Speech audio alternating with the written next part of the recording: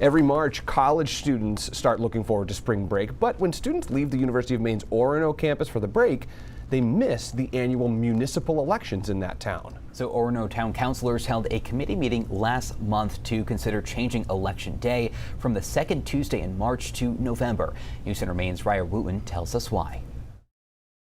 With elections scheduled during spring break, many University of Maine students are unable to vote in person. Co-coordinator of UMaine's You Vote Club, Rob Glover, says voter turnout for municipal elections is low, even with students submitting absentee ballots. So we had a lot of students who were traveling or who were going back to their hometown and weren't able to participate.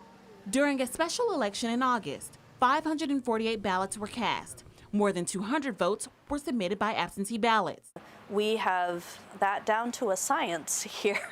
You can call and get an absentee ballot. You can request one through the mail. You can go online and request one. Although low voter turnout for municipal elections is normal, Glover believes changing the election date can increase participation. The process of requesting an absentee ballot, ensuring that they get the absentee ballot in time, they return it in time, it's just a more complicated process. So I think the impetus for this change would be to ensure that we have the election while students are on campus, and if they want to vote in person, they have that opportunity.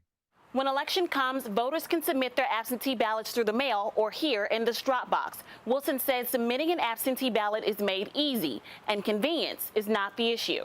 It's more the concern that holding an election when the university is not in session might be sending the message that university students aren't encouraged to vote.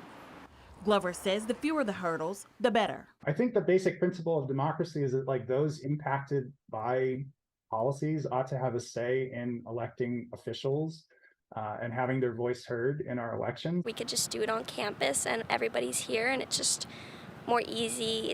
Until the town makes any decision, Wilson says the clerk's office is there to help. In Orono, Raya Wooten, News Center, Maine.